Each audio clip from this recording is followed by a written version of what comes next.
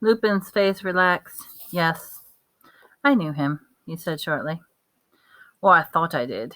You'd better be off, Harry. It's getting late. Harry left the classroom, walking along the corridor and around the corner, then took a detour behind a suit of armor and sank down on the plinth to finish his chocolate, wishing he hadn't mentioned black, as Lupin was obviously not keen on the subject. Then Harry's thoughts wandered back to his mother and father. He felt drained, strangely empty, even though he was so full of chocolate. Terrible, though, it was to hear his parents' last moments replayed inside his head. These were the only times Harry had heard their voices since he was a very small child, but he'd never be able to produce a proper Patronus if he half wanted to hear his parents again. They're dead, he told himself sternly. They're dead, and listening to echoes of them won't bring them back. You'd better get a grip on yourself if you want to get that Quidditch cup.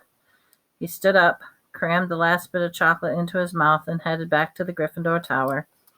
Ravenclaw played Slytherin a week after the start of term.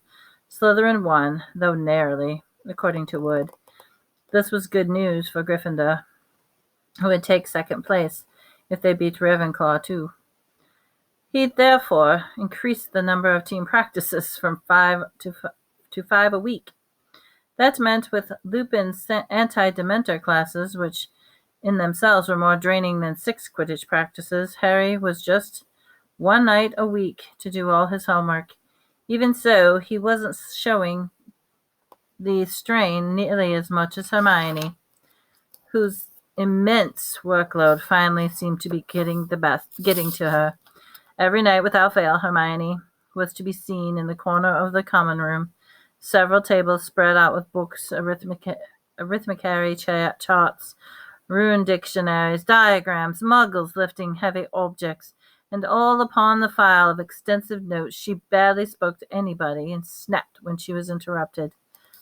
How's she doing it? Ron muttered to Harry one evening. Harry finished a nasty essay on undetectable poisons for Snape. Harry looked up. Hermione was barely visible behind the toting pile of books. Doing what? Getting all her classes, Ron said. I heard she's taking Professor Vector and arithmetic, which, this morning. They're going on about yesterday's lesson, but Hermione can't even have been there because she was with us in care of magical creatures. And Ernie Macmillan told me she's never missed a Muggle studies class, but half of them are at the same time as divination, and she's never missed them either. Harry didn't have time to fathom the mystery of Hermione's impossible schedule. The moments he really needed to get on with was Snape's essay. 2 seconds later, however, he was interrupted again, this time by Wood. Bad news, Harry. I just been up to see Professor McGonagall about the firebolt. She got a bit shutty with me. Told me I got my priorities wrong. Seemed to think I cared more about winning the cup than I do about staying alive. Just because I told her I didn't care if it threw you off, as long as you caught the snitch first. Wood shook his head in disbelief. Honestly, the way she was yelling at me, you'd think I'd done something reprehensible or terrible. Then I said to her about how much longer she was going to keep it. He screwed up his face and imitated Professor McGonagall's severe voice. As long as necessary, Wood. And I reckon it's time you ordered a new broom. Harry, there's an order form in the back of the witch broomstick. You could get a number 2 Nimbus 2000, one like Malfoy's got. I'm not buying anything Malfoy thinks is good, said Harry flatly. January faded imperceptibly into February, with no change in the bitterly cold weather. The match against Ravenclaw was drawing near and near, but Harry still hadn't ordered his new broom. He was now asking Professor McGonagall for news on the firebolt after every transfiguration lesson, Ron standing hopefully at his shoulder, Hermione rushing past her with her face averted. No, Potter, you can't have it back yet, Professor McGonagall told him with the 12th time. This happened before he'd even opened his mouth. We've checked for most of the unusual curses, but Professor Flitwick believes the broom might be carrying a hurling hex.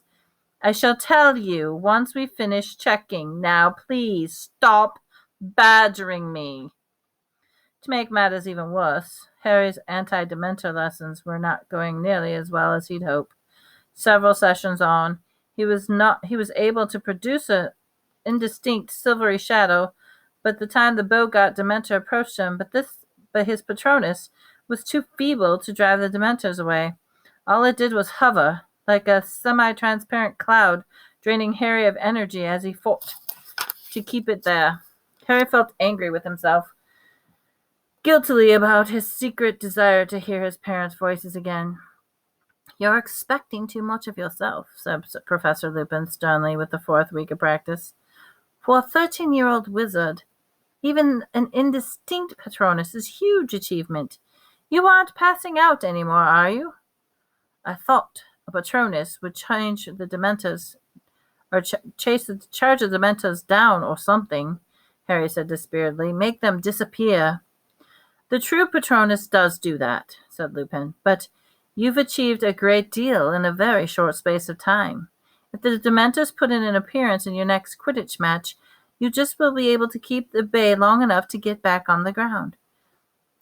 You said harder if you said it's harder if there are loads of them, said Harry. I have complete confidence in you, said Lupin, smiling. Here, you've earned a drink, something from the 3 broomsticks. You won't have tried it before. He pulled out 2 bottles of his briefcase. Butterbeer, said Harry, without thinking. Yeah, I like that stuff. Lupin raised an eyebrow. Oh? Ron and Hermione brought me back some from Hogsmeade, Harry lied quickly. I see, said Lupin, though he still looked slightly suspicious.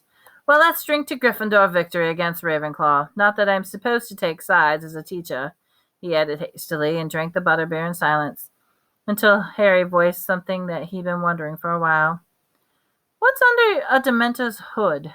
Professor Lupin lowered his bottle thoughtfully. Well, only people who really know are in no condition to tell us. You see, a Dementor lowers its hood only to use it as a last of its worst weapon. What's that? They call it the Dementor's kiss, said Lupin, with a slightly twisted smile. It's what Dementors do to those who wish to destroy utterly.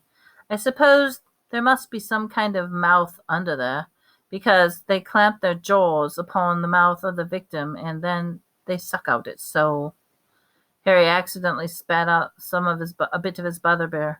What? They kill? Oh, no, said Lupin. Much worse than that. You can exist without your soul, you know, as long as your brain and your heart are still working. But you have no sense of self anymore, no memory, not anything. There's no chance at all of recovery. You'll just exist in an empty shell, and your soul is gone forever, lost.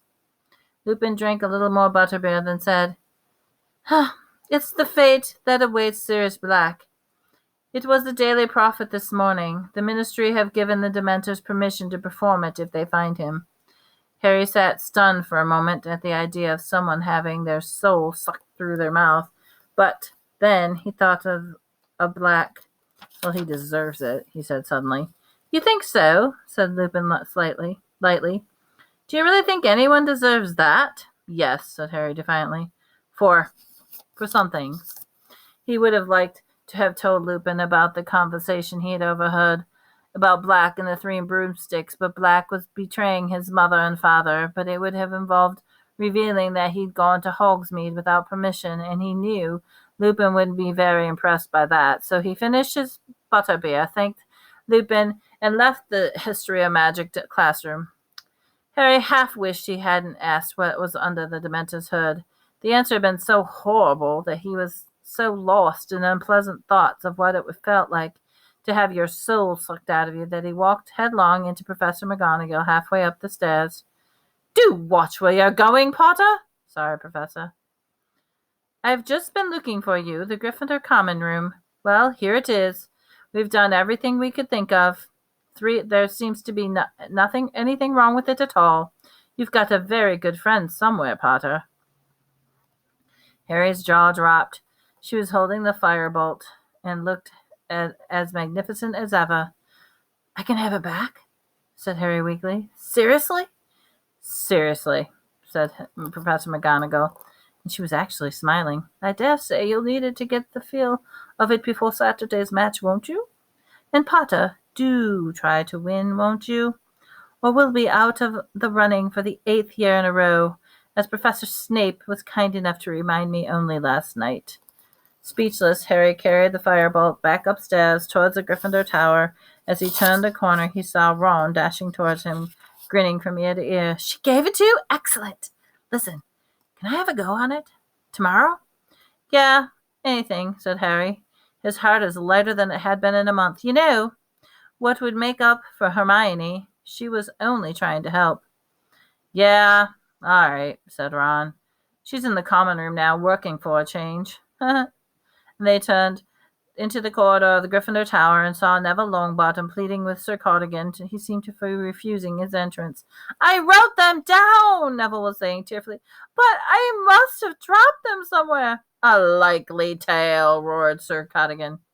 Then he spotted Harry and Ron. Good even, my fine young yeoman. Come, clap into the loon in the irons. He is trying to force an entry into the chamber within. Oh, shut up, said Ron, as he and Harry drew level with Neville.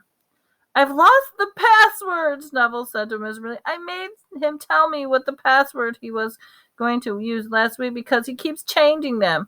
Now I don't know what I've done with them. Odds bods Guinness, said Harry to Sir Cardigan, who looked extremely disappointed and reluctantly swung open and let them in the common room. There was a sudden excitement murmur when they heard the next moment. Harry was surrounded by people exclaiming over his firebolt. Where'd you get it, Harry? Will you let me have a go? Have you ridden it, Harry? Yeah, Harry. Ravenclaw will have no chance. There'll be clean sweep 7. Can I just hold it, Harry? After 10 minutes or so, during the firebolt was passed around and admired by every angle, the crowd dispersed, and Harry and Ron cleared a view of Hermione, who was the only person who hadn't rushed to them over her work, carefully avoiding their eyes. Harry and Ron approached her table, and at last she looked up. I got it back, said Harry, grinning at her, holding it up, the firebolt. See, Hermione? There wasn't anything wrong with it, said Ron. Well, there might have been, said Hermione. I mean, at least you know now it's safe. Yeah, I suppose so, said Harry. I'd better put it upstairs. I'll take it, said Ron eagerly. I've got to give Scabbers his rat tonic. He looked at the firebolt, and holding it as if it were made of glass, carried it all the way up to the boys' staircase. Can I sit down, then? Harry asked Hermione. I suppose so, said Hermione, moving a great stack of parchment work. Harry looked around the cluttered table along the arithmetic essay, which the ink was still glistening, an even longer Muggle Studies essay, explaining why Muggles need electricity. And then the tune translation Hermione was now poring over. How are you getting through all this stuff? Harry asked her. Oh, well, working hard, said Hermione close up.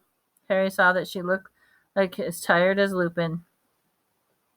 Why don't you just drop a couple of subjects? Harry asked, watching life-lifting books and searching for the dictionary. I couldn't do that, said Hermione, looking scandalized.